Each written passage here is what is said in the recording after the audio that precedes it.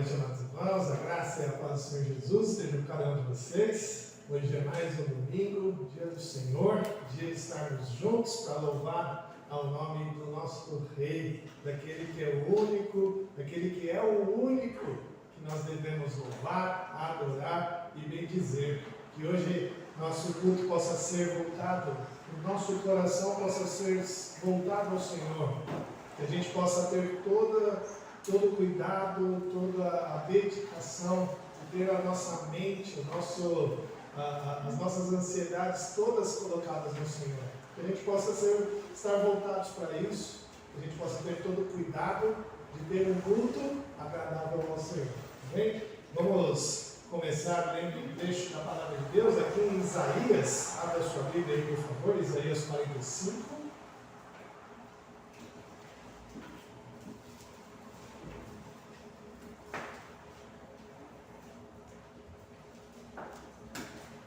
Livro do profeta Isaías, capítulo 45, nós vamos ler aqui dos versos 19 a 25. Vamos fazer a leitura alternada, assim como a gente tem feito de costume.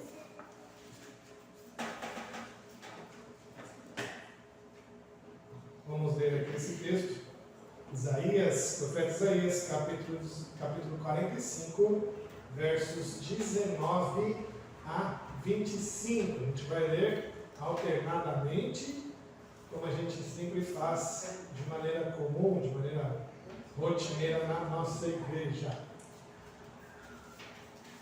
Vamos ver? Diz assim: não falei em segredo, nem em lugar algum de trevas da terra. Não disse à descendência de Jacó: buscai-me em vão. Eu, o Senhor, falo a verdade e proclamo o que é direito. Congregai-vos e vinde, chegai-vos todos juntos, vós que escapastes das nações. Nada sabem os que carregam o lenho das suas imagens de escultura e fazem súplicas a um Deus que não pode salvar. Declarai e apresentai as vossas razões, que tomem conselho uns com os outros. Quem fez ouvir isto desde a antiguidade? Quem desde aquele tempo o anunciou? Porventura não o fiz eu, o Senhor? Pois não há outro Deus senão eu, Deus justo e Salvador, não há além de mim. Olhai para mim e sede salvos, vós todos os limites da terra, porque eu sou Deus e não há outro. Por mim mesmo tenho jurado da minha boca, saiu o que é justo, e a minha palavra não tornará atrás diante de mim. Se dobrará todo o joelho e jurará toda a língua.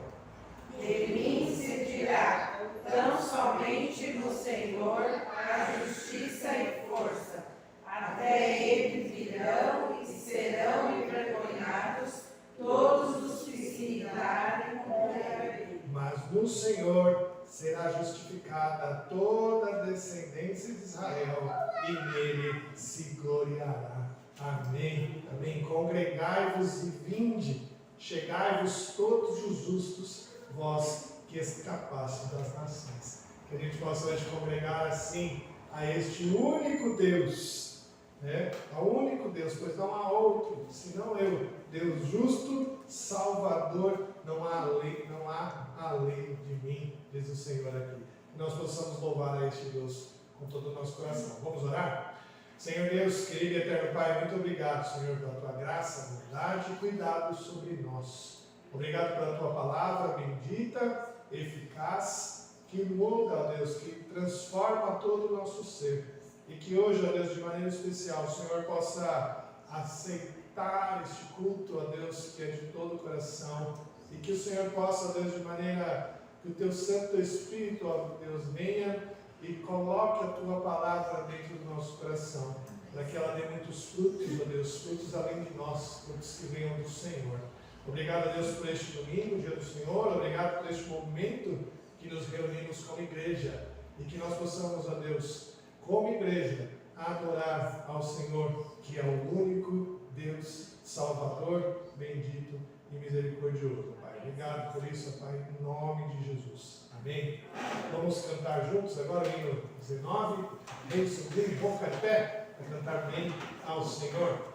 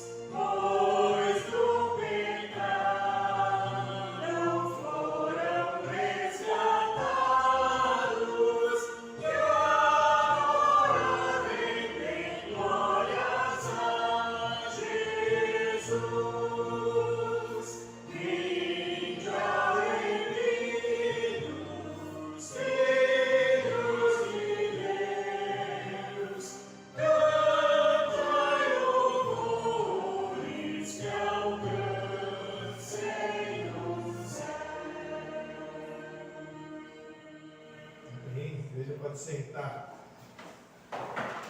Vamos abrir nossas Bíblias mais uma vez. Agora na primeira carta de Paulo aos Coríntios, capítulo 8. Primeira carta de Paulo aos Coríntios, capítulo 8. Nós vamos ler os versos 1 a 13. No capítulo.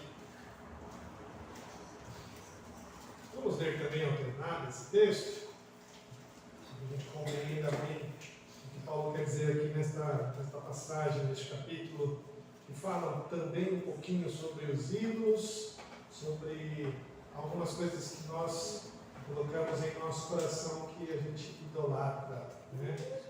Vamos ler aqui alternadamente então esses versos. Diz assim: no que se refere às coisas sacrificadas a ídolos, reconhecemos que todos somos senhores do saber. O saber ensoberbece, mas o amor edifica. Se alguém julga saber alguma coisa, com efeito não aprendeu ainda como convém saber. Mas se alguém ama a Deus, esse é conhecido por ele. No tocante à comida sacrificada a ídolos, sabemos que o ídolo de si mesmo nada é no mundo, o que não há senão um só Deus.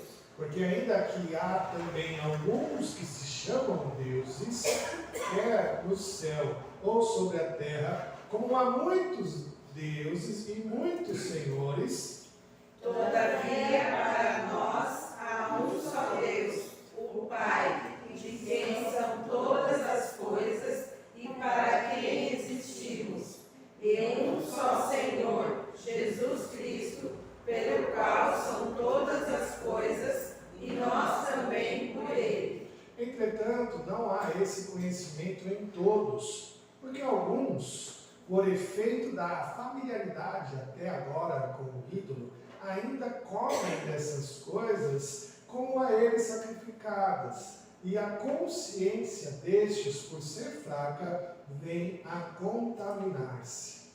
Não é a comida que nos recomendará a Deus, pois nada perderemos se não comermos, e nada ganharemos se comermos. Vede, porém, que esta vossa liberdade não venha, de algum modo, a ser tropeço para os fracos. Porque se alguém te vir a ti, que és dotado de saber, à mesa em tempo de ídolos, não será a consciência do que é fraco, induzida a participar de comidas sacrificadas a ídolos. E assim, por causa do teu saber, perece o irmão fraco, pelo qual Cristo morreu. E deste modo, pecando contra os irmãos, golpeando-lhes a consciência fraca, é contra Cristo que pecais. E por isso, se a comida serve de escândalo a meu irmão, nunca mais comerei carne, para que não venha a escandalizá-lo. Esse é um texto muito conhecido, né? E nos chama muito a atenção, porque fala para nós a respeito do saber, da nossa liberdade em Cristo que Ele conquistou para nós. É uma liberdade que o Senhor Deus, que o Senhor Jesus conquistou na sua morte. Depois de Jesus Cristo morto, ressuscitado e glorificado, Ele nos comprou para Ele, nos libertando de muitas coisas que do passado eram importantes. E aqui Ele está falando, olha, tome cuidado com isso, tome cuidado com a sua liberdade em Cristo. Porque muitas vezes a gente sabe dessa liberdade, a gente tem consciência dessa liberdade, mas o irmão mais fraco na fé tem algum problema com isso. E é por amor a este irmão eu tenho que me fazer de fraco. Veja que o verso diz aqui, né, no final, né, que olha, e por isso, se a comida serve de escândalo a meu irmão, nunca mais comerei ela. Se alguma coisa escandaliza meu irmão, eu, por amor a ele, porque Cristo morreu por ele, eu devo deixar de fazer, mesmo sabendo que em Cristo eu estou vivo. Existem vários exemplos disso. Vários exemplos que a gente poderia citar. Paulo cita um deles aqui, que era a comida sacrificada a ídolos no mercado. Muitos mercados naquela época matavam os animais sacrificados a ídolos e vendiam eles nos açougues comuns. E algumas pessoas achavam que aquilo não deveria ser feito. E por causa desse irmão, eu deveria morrer por ele. Eu deveria me sacrificar a ele, mesmo se aquilo para mim fosse tranquilo. Então, meus irmãos, muitas vezes nós caímos em pecado porque a gente tem essa tendência de achar que eu não preciso me preocupar com o meu irmão do lado. Que eu não preciso me atentar ao irmão do lado, ao irmão que está vindo na igreja comigo. O texto está nos ensinando a cuidar não só da minha vida espiritual, a cuidar da vida do meu irmão também, a cuidar da vida espiritual do meu irmão, ao ponto de eu morrer por ele, ao ponto de eu me fazer fraco para com ele. Hoje, nesse momento de consagração, a gente tem que pensar um pouquinho se a gente não está se colocando como sábio demais. O primeiro verso diz, né? No que se refere às coisas sacrificadas, reconhecemos que todos somos senhores do saber. O saber ensoberbece, mas o amor edifica. E que pelo amor a gente possa cuidar do nosso irmão e não ser sábio demais. Que a gente possa aprender a cuidar mais do irmão. Então, nesse momento de consagração, nós vamos clamar a Deus por perdão de pecados e muitas vezes por estar ensoberbecido, saber demais e não me preocupar com a vida espiritual do meu irmão. Que a gente possa pedir perdão a Deus por isso, nesse momento. Nós vamos orar, clamar a Deus por perdão de pecados, clamar ao Senhor por isso e depois de alguns instantes, silenciosamente orando, eu vou pedir para que o Denilson dessa vez faça a oração de consagração e perdão de pecados. Vamos orar então, Deus.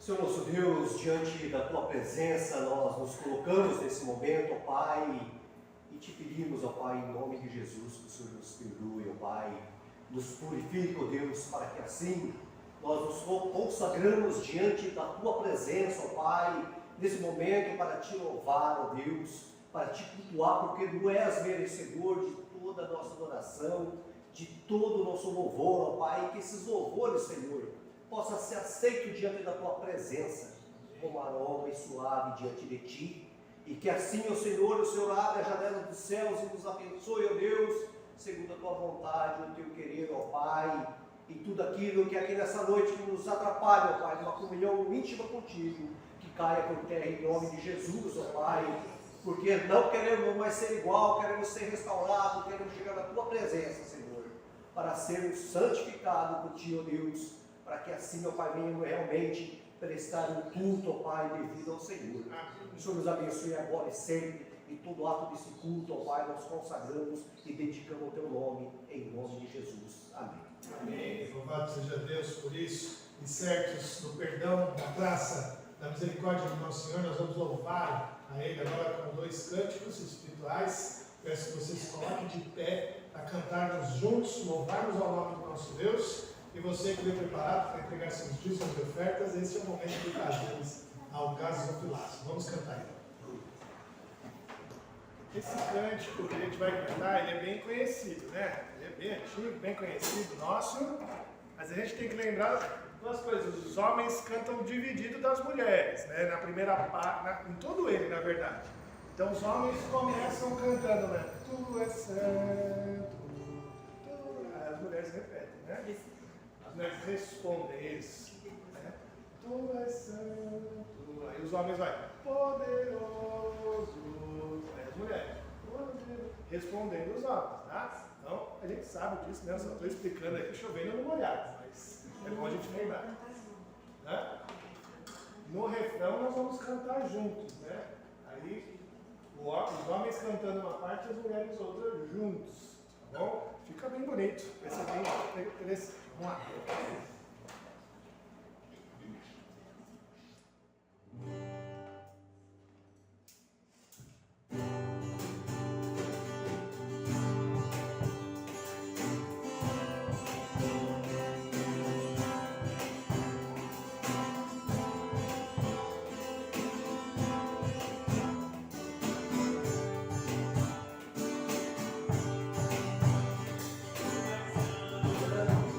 Tu és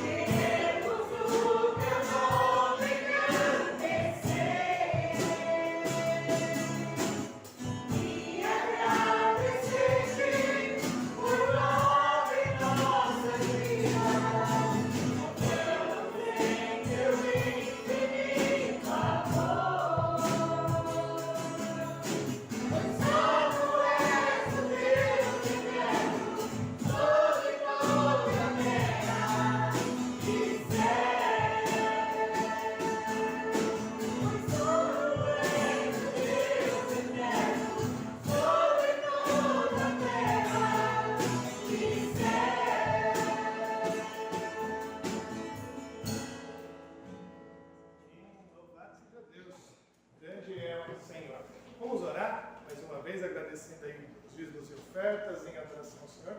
Vou pedir para que a dona Naê faça essa oração ao Senhor de louvor e gratidão. Senhor Deus, nosso Pai, poderoso, graças te damos, ó Deus, Pai, nesse dia, Pai. Esse dia maravilhoso que nos concede, Pai. Esse é o dia do Senhor. Elogiamos e agradecemos o Senhor. Obrigado, Senhor, por esse dia cantado, Pai. Que possa chegar até a Ti, nossos louvores, ó Pai, nos agradecimentos, Pai, que possa te alegrar, Pai. Toda a área do trabalho, Pai, possa chegar até a Sua presença, Pai. Agradecemos, ó Deus, Pai, os dias, ó Deus, de oferta, Pai. Seja abençoando, meu Deus, cada um, multiplicando, Deus, cada um a sua renda com a sua casa. Amém. Obrigado, Senhor, por tudo. Eu oro e te agradeço no nome de Jesus. Amém. Amém. Podemos assentar. Muito bem, chamar os pequeninos aqui à frente, todos eles podem ver nossas crianças. Hoje está bonito, hein? Hoje está bonito, né? Sempre está bonito, né? Hoje está mais.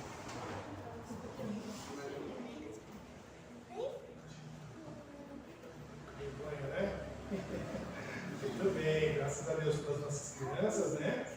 A gente sempre tem esse cuidado com elas, de orar, de trazer à frente, para você olhar para o rostinho delas e lembrar de orar na semana, né? Isso é bênção de Deus, é bênção para a gente estar cuidando desses nossos pequeninos em oração. Se a gente tem responsabilidade como cristão pela vida do nosso irmão, quanto mais pela vida das nossas crianças, nossa responsabilidade é só maior na vida delas, né? Vamos orar então pela vida delas. Vou pedir para ele fazer essa oração pela vida das nossas crianças. Vamos orar.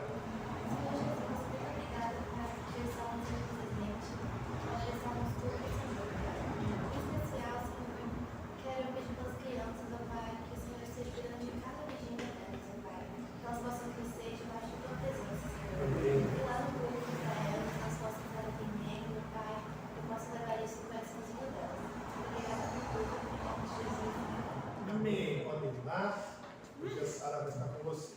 Bem, irmãos, nós aqui vamos continuar nossa exposição de Marcos, o Evangelho de Marcos. Então, abra a sua Bíblia. Nós estamos ainda no capítulo 2. 7º domingo já em Marcos, hein? Passa voando. E ainda no capítulo 2 de Marcos, verso 18 a 22. Marcos ele tem uma peculiaridade de ser muito rápido nas trocas de texto, né? Da troca de ideia.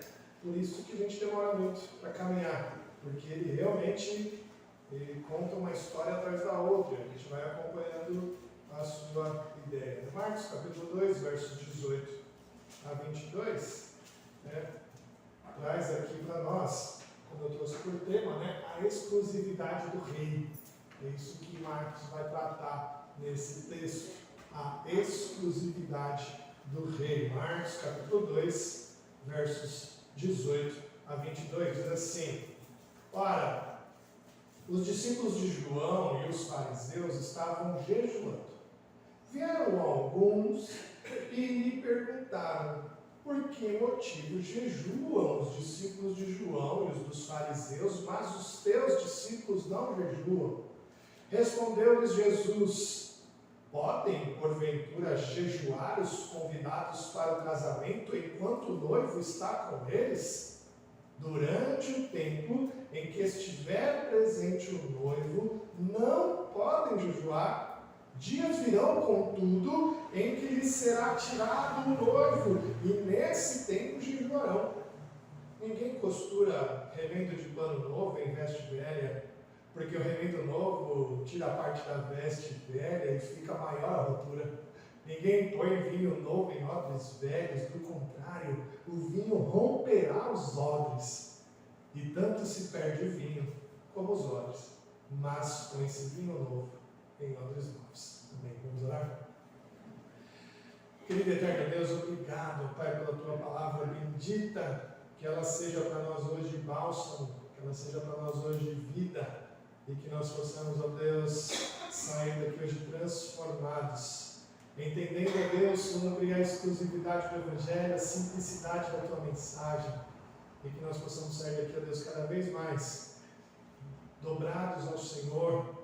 Saímos daqui hoje, ó Deus, para mais uma semana dedicados cada vez mais na Tua palavra, em Ti, ó Deus, e que o Senhor seja definitivamente o único Rei da nossa vida, o único Senhor da nossa jornada, que a Tua palavra seja para nós a única palavra de vida, Pai. Nos ajude a compreender tudo isso, ó Pai, nós pedimos em nome de Jesus.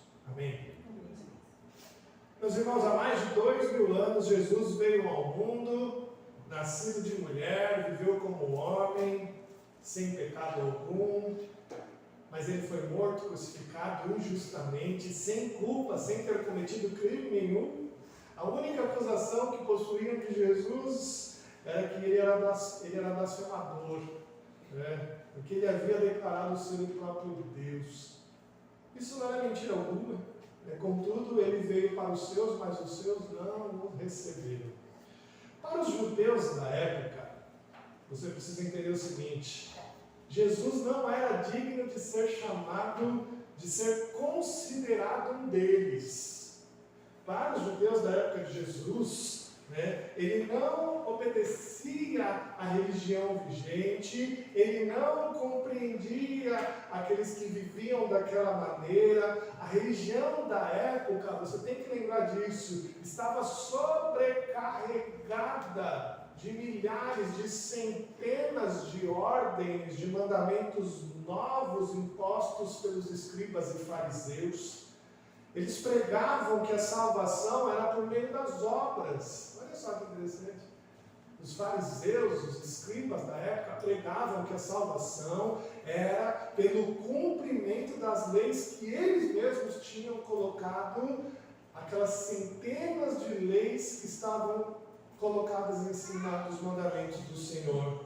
Ou seja, Jesus foi morto naquele tempo porque ele era religioso de menos. Olha que interessante. Jesus naquele tempo foi morto porque ele não era tão religioso assim. Mas eu queria que você pensasse comigo o seguinte: imagina se Jesus viesse hoje, no nosso tempo. Se Jesus nascesse hoje aqui no nosso tempo, caso fosse isso, caso acontecesse isso, eu acredito que provavelmente Jesus seria morto pelo motivo oposto. Eu creio que se Jesus viesse nos nossos tempos, ele seria morto pelo motivo exatamente oposto do que ele foi. Jesus hoje seria considerado religioso por demais. Ele foi morto no passado porque ele foi considerado indigno de ser chamado de judeu.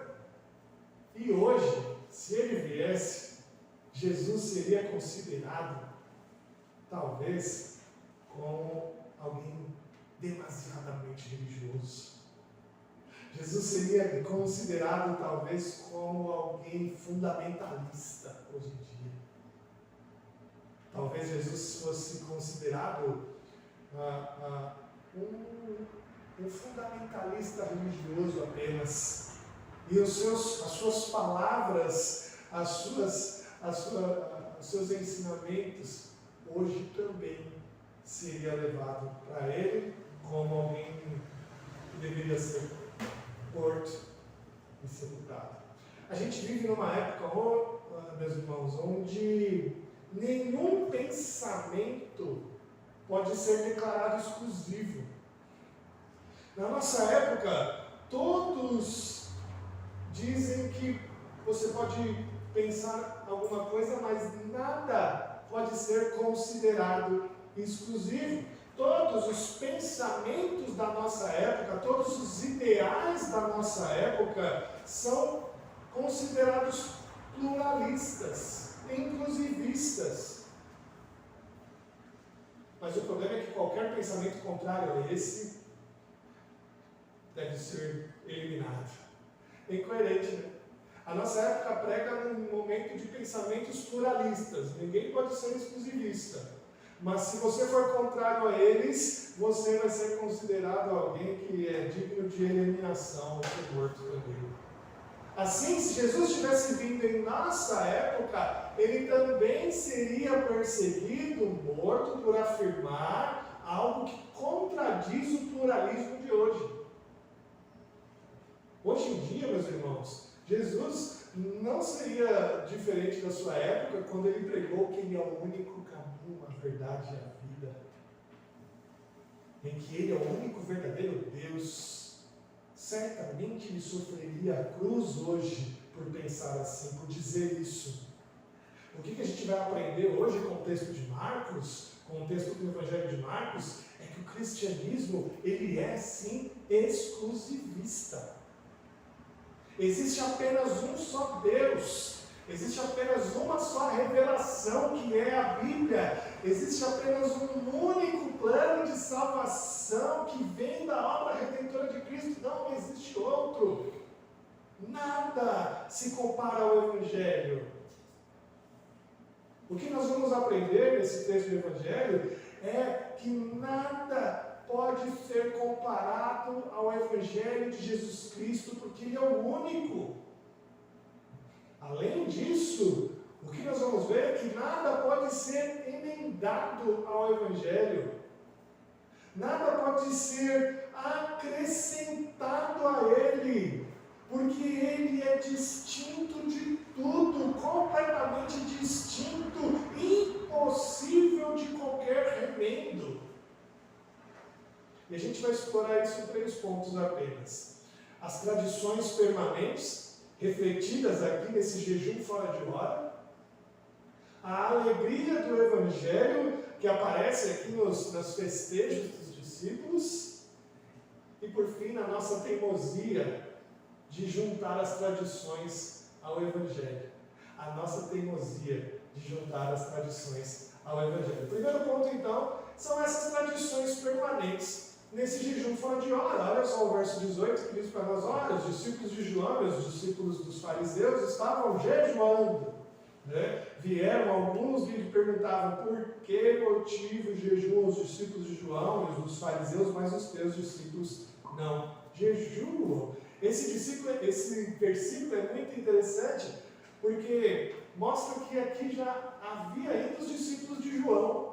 Olha que interessante isso, né? A gente imagina na nossa cabeça que todos os discípulos de João voltaram-se para Jesus, né? Mas não, eles permaneceram por muito tempo como discípulos de João, né? Já os fariseus, já tenho falado isso há algum tempo, né? Os fariseus têm uma origem de 200 anos antes de Jesus, né? Os romanos dominaram todo mundo conhecido da época e eles começaram a impor sua cultura, a impor seus pensamentos, a impor sua religião, né? E aí os judeus estavam quase perdendo as suas características e se levantam os fariseus para voltar às práticas judaicas. E eles foram considerados heróis da época, né? O problema é que eles conseguiram isso e o povo judeu ficou firme nas suas tradições, porém eles começaram a se ensoberbecer em sua sabedoria e serem considerados muito sábios, se tornaram juízes da época. Os fariseus eram os escribas que julgavam as leis daquele período, né? E foram considerados os sábios. Montaram um partido político, né? Criando milhares de leis adicionais à palavra de Deus, criaram uma polícia própria onde eles perseguiam, onde eles julgavam, prendiam e matavam quem não cumprisse tudo isso. Esses eram os fariseus. Esses 2 grupos estavam jejuando. O jejum, preste atenção nisso, o jejum é uma prática de se abster de alimentos por um período de tempo até o enfraquecimento do corpo, para que esse enfraquecimento do corpo seja algo que propicie uma maior eficácia na aflição da alma. Quando a gente está enfraquecido no corpo, a gente tem uma maior facilidade de trazer a nossa alma a uma aflição maior. A palavra jejuar, ela tem um sentido de estar de luto. O jejum, originalmente, o jejum é o jejum do luto. Originalmente é isso. Sabe aquele período quando nós estamos de luto, que a gente não consegue comer nada? Quem passou por um luto sabe bem disso. Você não consegue comer. Você passa um tempão sem conseguir pôr nada na boca. Você coloca alguma coisa na boca, aquilo não entra.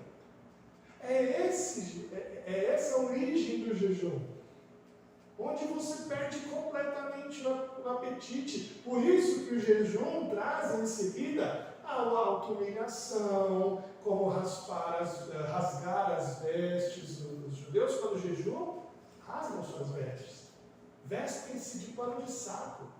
Jogam cinzas na sua cabeça, bagunçam o seu cabelo, para mostrar estar realmente contrito, para mostrar que está com a sua alma aflita. O jejum, então, foi introduzido além do luto, como um lamento diante de Deus. Um momento de aflição da alma. Quando você está realmente em profundo pesar pelos seus pecados. Onde você entende que sem o perdão de Deus você está perdido. Você está morto. O jejum, então, é essa condição da alma que, se não fosse Deus, eu estaria morto. É um ato de conversão. É um ato de se entregar ao Senhor de maneira mais profunda. É um ato de dizer para o Senhor que você está realmente contrito, que você está realmente abalado, que você está realmente convertido, clamando por arrependimento de pecado. Mas a lei de Deus, a lei do Antigo Testamento, dizia, ou melhor, sugeria apenas um jejum durante o ano. Um jejum apenas durante o ano. Os fariseus, com o seu zelo pela lei e por seu orgulho de jejuar pelos outros, o que eles fizeram? Eles multiplicaram essa prática por muito. Os fariseus, eles tinham a prática de jejuar 2 vezes por semana. Olha só, de uma sugestão de 1 vez por ano, eles estavam jejuando 2 vezes por semana. Que coisa estranha, não é? Necessidade de observar algo que não era prescrito por Deus. E quem não fizesse isso diante dos fariseus era tido como um impiedoso, como um pecador que não observava as leis de Deus. Algo que não era prescrito na palavra de Deus. O que a gente tem aqui, meus irmãos, a perceber é que o ato de jejuar não está em questão. O ato de jejuar não está em questão. A gente sabe que existem momentos na vida que nós devemos observar e nos entregar ao jejum.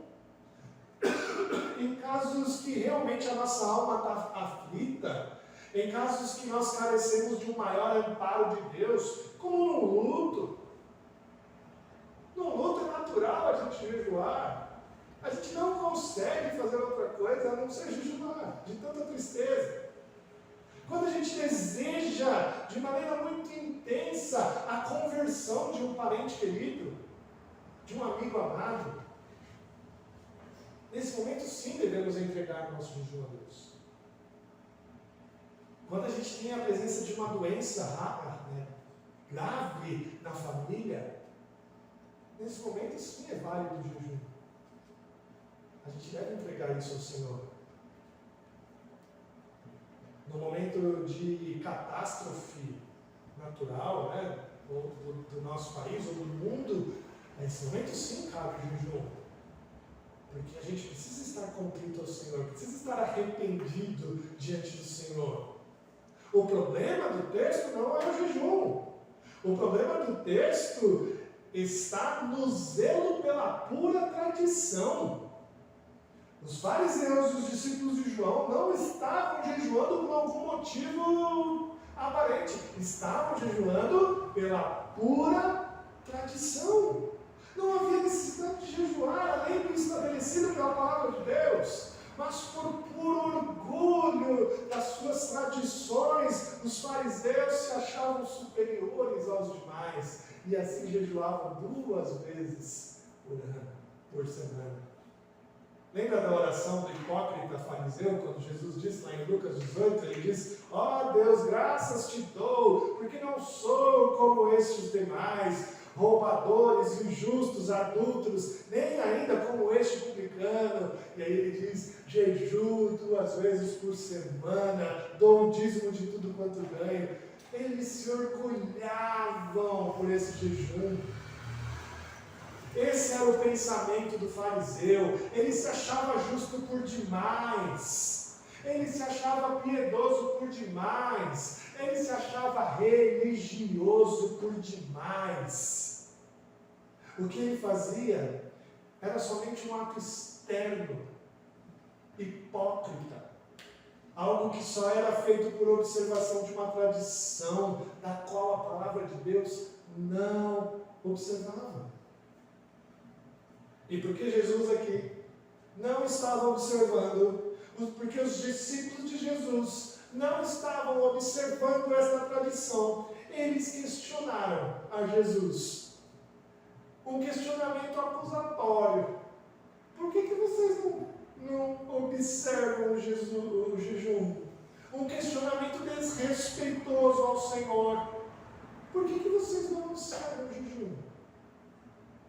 E aí Jesus responde, traz uma pergunta em forma de resposta, devolve a eles uma pergunta, de uma maneira muito interessante. Ele diz: podem porventura jejuar os convidados para o casamento enquanto o noivo está com eles?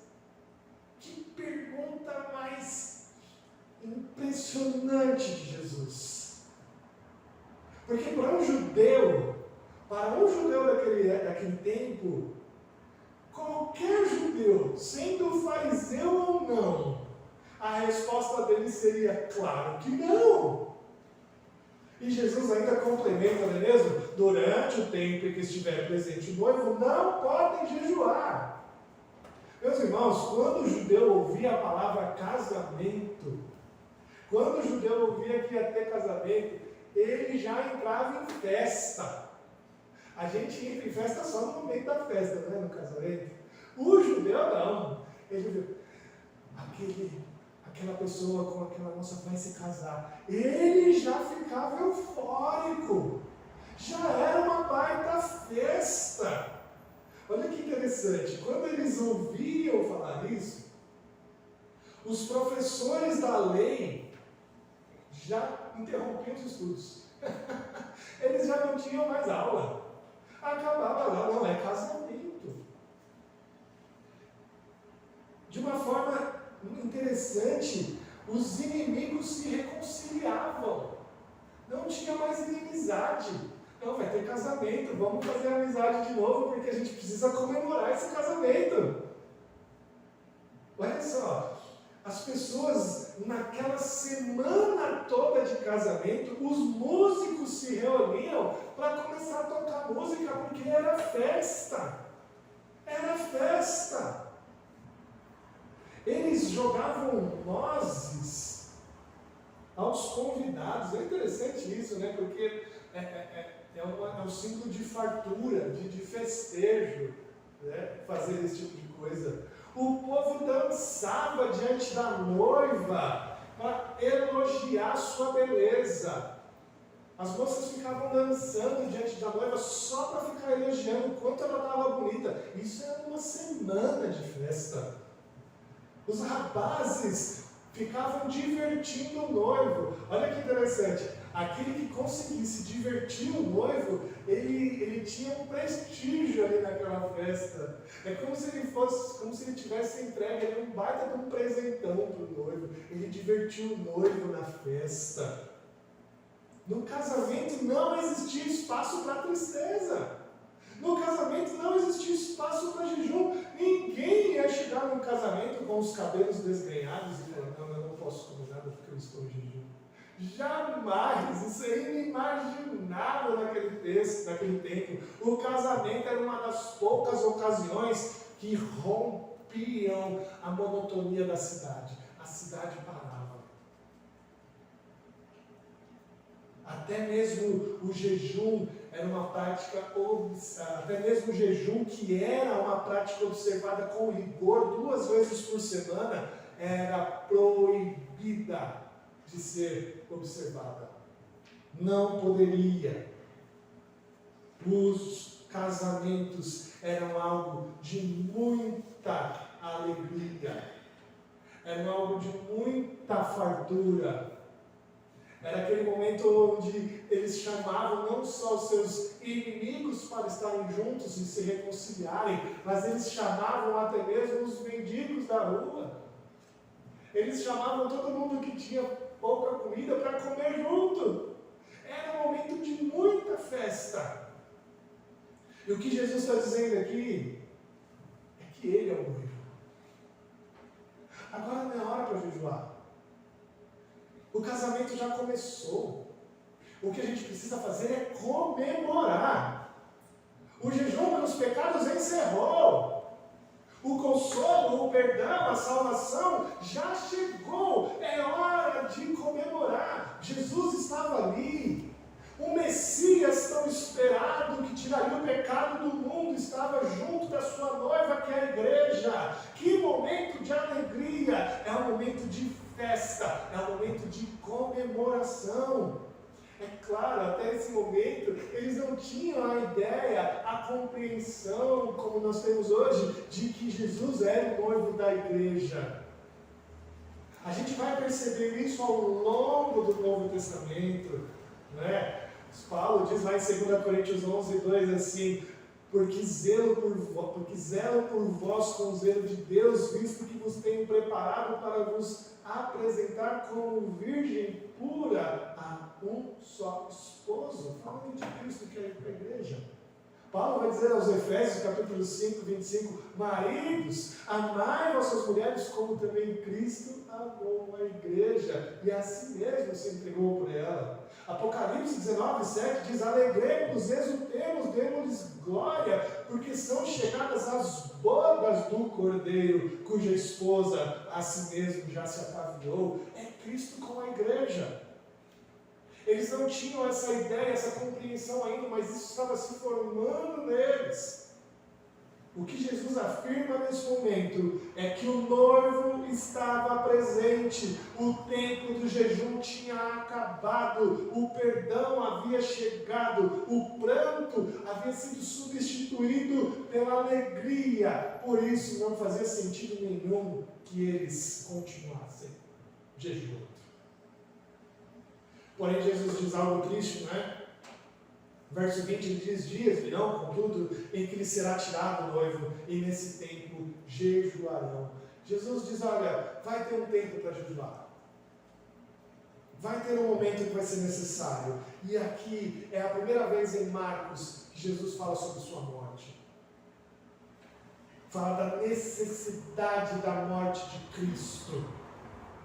A volta do jejum pelos discípulos seria quando Jesus se entregasse na cruz do Calvário. Ali sim eles não iriam conseguir comer. Ali sim eles teriam que ter a sua alma com dores novamente. Ali sim haveria necessidade de jejuar. A volta do jejum por seus discípulos não seria pela volta da tradição dos judeus, aquela tradição hipócrita de jejuar 2 vezes por semana, mas seria porque o noivo seria entregue à morte por nós. Naquele dia a tristeza tomaria conta e o jejum voltaria. Mas a retirada do noivo não cancela o casamento. A retirada do noivo não significa que o casamento acabou, não. É uma ação necessária de Deus para que a gente possa ter de novo a vida eterna com Ele. A importante mensagem que nós devemos reconhecer aqui, meu irmão, que deve trazer um enorme conforto para mim e para você, é que para aqueles que reconhecem Jesus como Senhor e Salvador, a atitude apropriada do coração e da mente não é a tristeza, mas a alegria. Se é verdade que Deus é conosco, como o seu nome mesmo diz, Emmanuel, Deus conosco, não deveríamos se alegrar com a sua presença? Ele está conosco, Ele é o Deus conosco, por que não nos alegrar com Ele?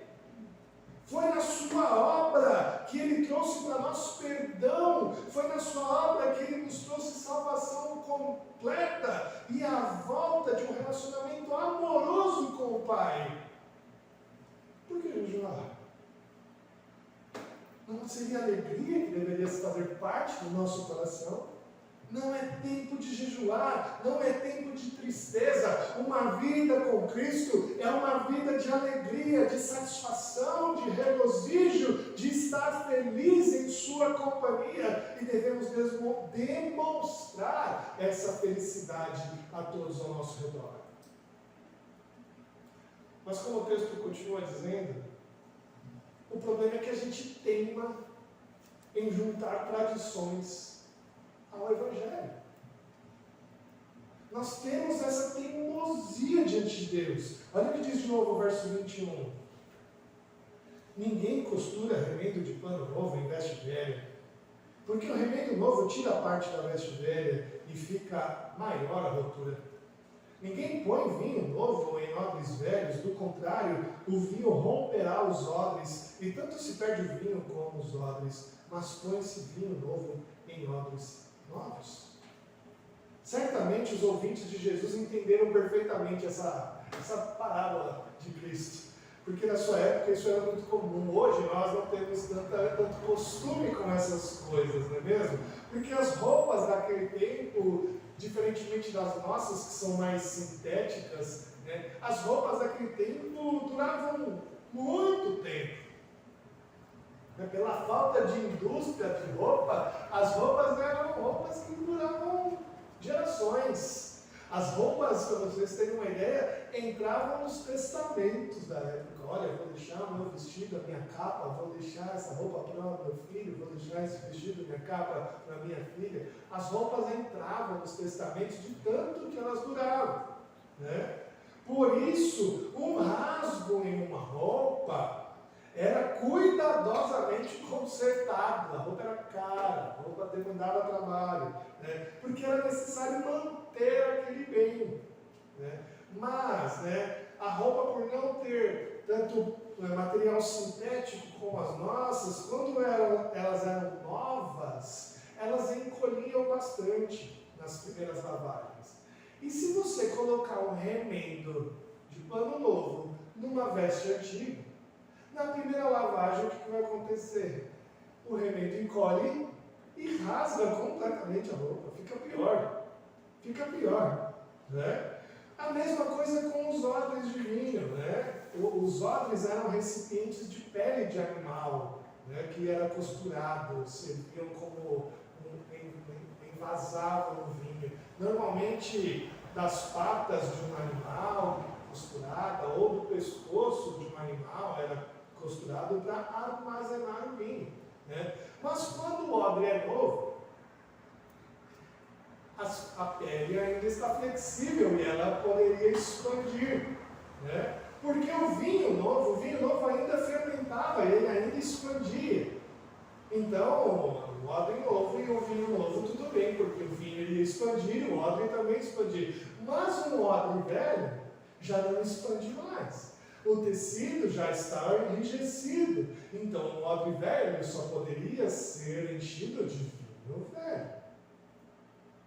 O que essa parábola de Jesus quer nos dizer, meus irmãos, é que nós teimamos em juntar velhas tradições ao Evangelho da Graça.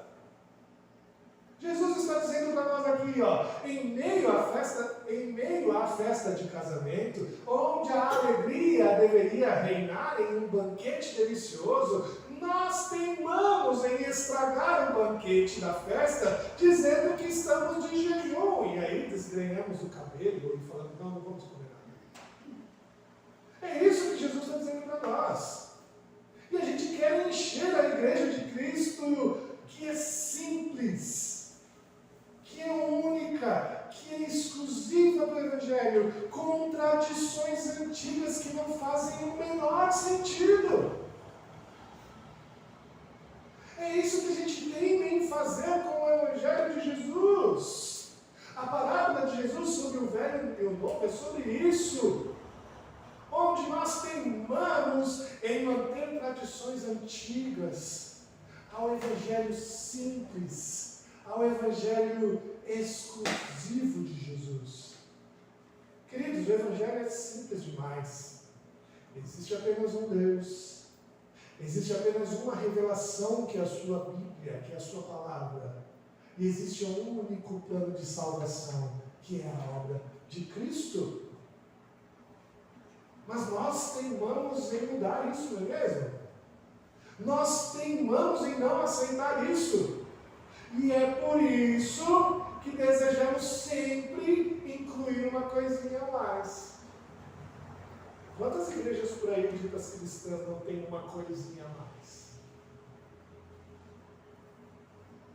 Uma igreja que fala, não, é melhor a gente observar um certo dia da semana. Ou é melhor a gente observar um sacrifício a mais, não é mesmo? Ou olha, é melhor a gente adorar esse homem aí que ele é apóstolo. Ou se dobrar a revelação de uma pessoa que está completamente fora da Bíblia. Tudo isso quer entrar hoje na igreja. Tudo isso quer entrar no casamento. E trazer luto para o casamento. Fazer um remendo novo em uma roupa velha. Colocar vinho novo em um odre velho. Quando a gente coloca uma coisinha no Evangelho. Quando a gente coloca uma observaçãozinha a mais no Evangelho. Quando a gente coloca uma coisa, acrescenta uma coisinha a mais no Evangelho. A gente está tirando toda a exclusividade do rei.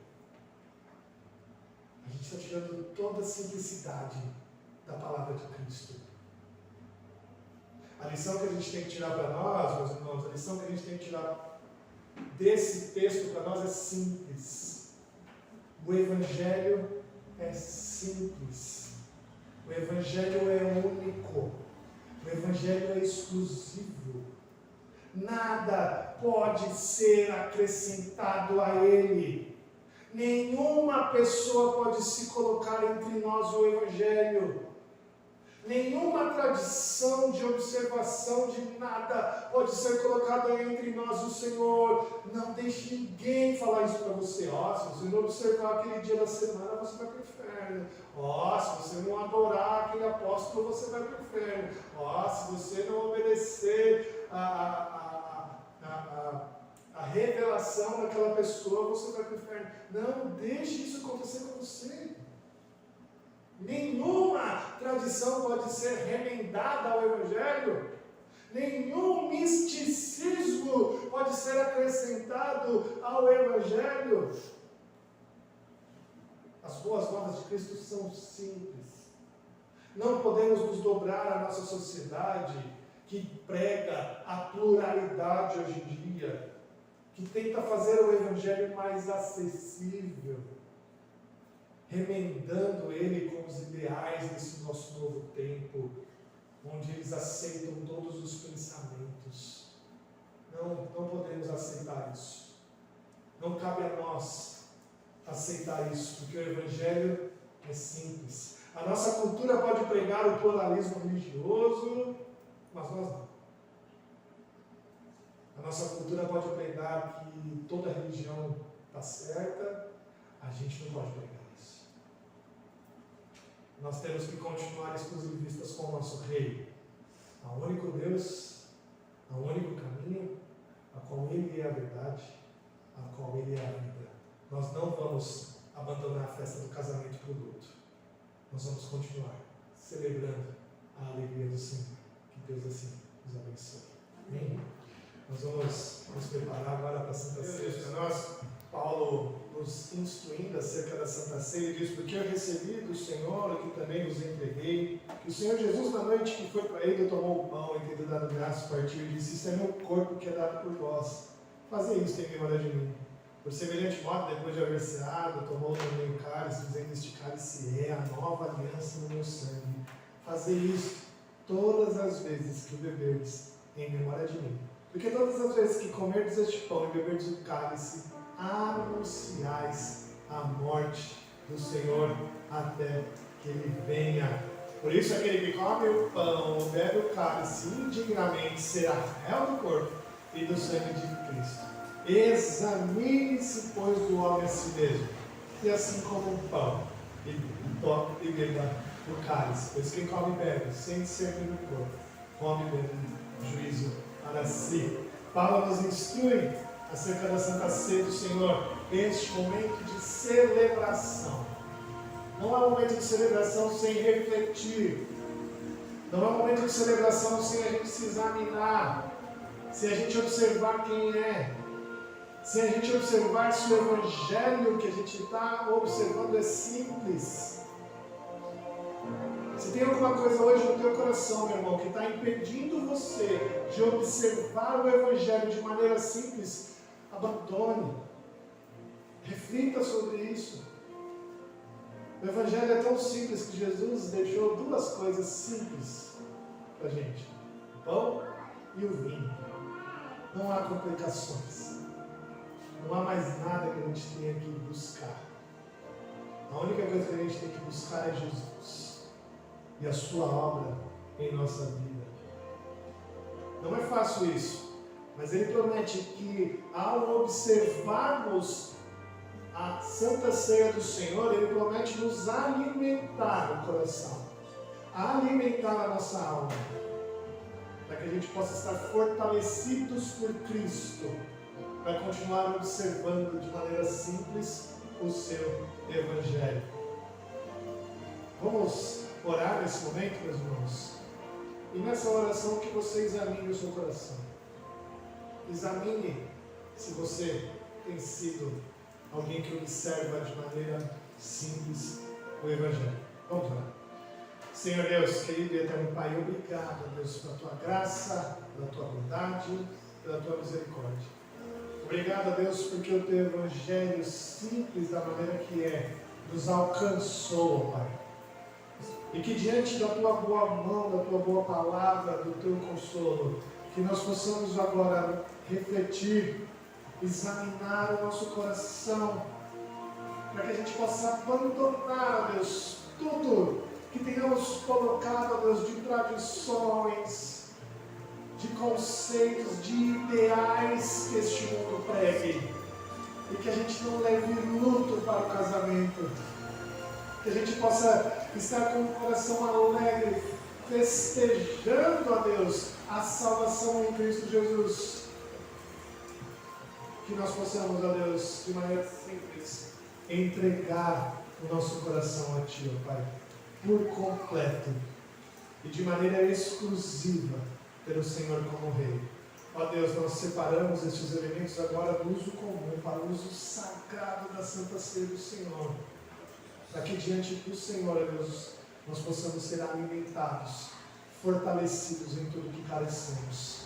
Abençoe este momento, ó Deus, que as nossas mãos se tocam ao partir o pão e a passar de mão em mão, que o nosso coração possa estar voltado a cada irmão, e que possamos, ó Deus, nos preocupar com a saúde espiritual, não só nossa, mas de cada um que faz parte dessa família da fé. Nós assim te louvamos e te bendizemos em nome de Jesus. Amém. Meu querido irmão, essa mesa é a mesa do Senhor. Se você está em plena comunhão com a tua igreja, sendo ela verdadeiramente evangélica, você é convidado a participar conosco. Vamos ficar de pé? Quem vai participar?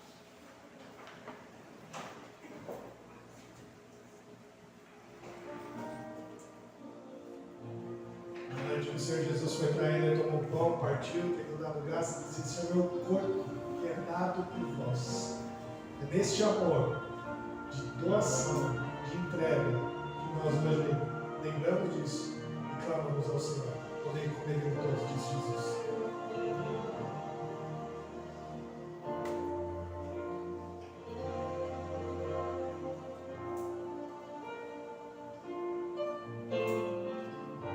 Você que participou do pão, também é convidado a participar da Santa Ceia.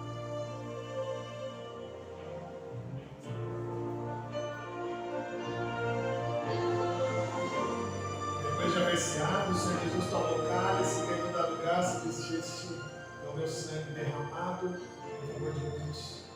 É neste sangue que nós temos vida, a vida em Cristo. E que sabendo que todos nós tomamos deste sangue, que a gente possa, em Cristo Jesus, unidos a Ele, unidos aos irmãos, cuidar uns dos outros. Tomai dele todos, disse assim Jesus. Quando a mão segura bem a vida, pois eu tão frágil sou Salvador, e não me atrevo a dar jamais um passo, sempre eu amparo Cristo.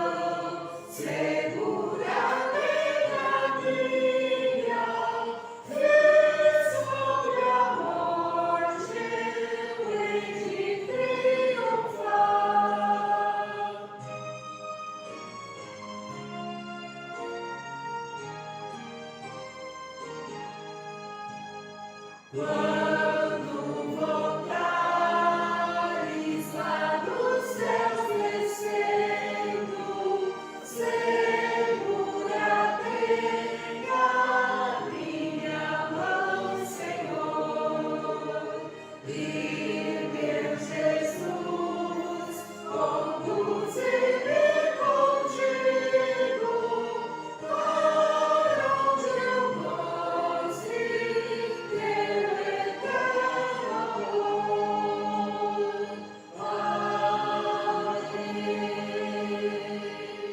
Amém. Vamos orar mais uma vez.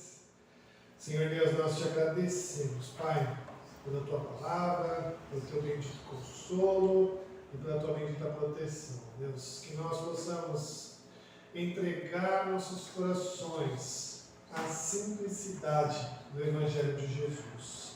Nos ajude, ó Deus, a abandonar toda a tradição, todo o ideal cultural que possa ter na nossa mente. Que a gente possa abandonar, ó Deus, todo o misticismo, Pai, todo o tradicionalismo, todas as revelações, ó Deus, que não vêm de Ti. Nos ajude, ó Deus, a não confiar nessas coisas e a nos entregar totalmente e exclusivamente ao Evangelho do Senhor Jesus. Ó Pai, obrigado porque a Tua palavra é viva, é eficaz e nos alimenta. Obrigado, ó Deus, porque o Teu Santo Espírito nos trouxe, ó Deus, a participação da Santa Ceia do Senhor e que isso também alimenta o nosso coração. E que possamos sair daqui hoje, ó Deus, muito mais fortes, revigorados, ó Deus. Que o Senhor possa nos trazer agora, Pai, sempre essa lembrança da simplicidade do Evangelho e de que o Senhor é bondoso e está conosco em todo o tempo, ó Deus. Obrigado, Pai, por este culto bendito, que o Senhor possa ter sido devidamente adorado. E que nosso culto, ó Deus, semanal possa começar de entrega ao Senhor em todo dia. Nos dê, ó Deus, uma semana abençoada na Tua presença. Que possamos, ó Deus, além de buscar, ó Deus, os nossos objetivos de sustento diário, que possamos buscar também o cuidado com os nossos irmãos, o cuidado com o reino de Deus. Nos abençoe, ó Deus, nos dando saúde. Cuida de cada um de nós, todos aqueles que carecem de revigor, de sua saúde, que o Senhor possa abençoar. Abençoe aqueles que estão desanimados, ó Deus, entristecidos, que o Senhor traga vigor espiritual e que o Senhor possa nos proteger a cada dia que passa, Deus, nesta nossa semana, nesta nossa cidade. Obrigado, Pai, por ter cuidado e que o Senhor nos dirija-nos para os nossos lares em segurança, Deus, em segurança. Possamos chegar bem e ter uma semana debaixo da Tua mão protetora. Te agradecemos por tudo isso, ó Pai, fica conosco, em nome de Jesus. Amém. Querida família de Deus, aqui reunida, ide em paz, ide em paz. Que o Senhor Deus, o Deus da aliança, ilumine o seu caminho. E que o amor do Pai, a graça do nosso Senhor Jesus Cristo e a consolação do Espírito Santo de Deus esteja com você, hoje e para todo sempre. Amém.